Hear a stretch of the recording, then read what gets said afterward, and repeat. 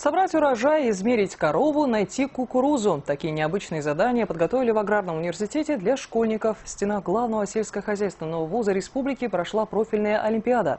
Что интересного подготовили организаторы, расскажет наш корреспондент Екатерина Дейнека. Высота 141 сантиметр.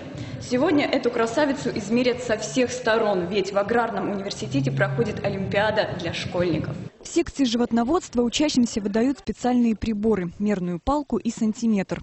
Нужно определить обхват, ширину груди и длину туловища рогатого скота. В завершении охарактеризовать подопытного. Какая это порода? Корова дает молоко, мясо. Большая очередь в коридоре. Здесь сразу в нескольких кабинетах проходит секция по растениеводству. В аудиториях тихо. Участники сосредоточенно изучают всходы и семена. Им за 15 минут нужно определить культуру растения. Задача непростая, но полезная. Узнала о том, что мы едим, что из чего готовится, узнала, какие крупы делаются, из каких культур. Узнала, как правильно выращивать культуры, картошку там и все такое. Время пошло. На выполнение этого задания дается всего 5 минут. Участникам нужно собрать как можно больше урожая с минимальным количеством ошибок в управлении техникой.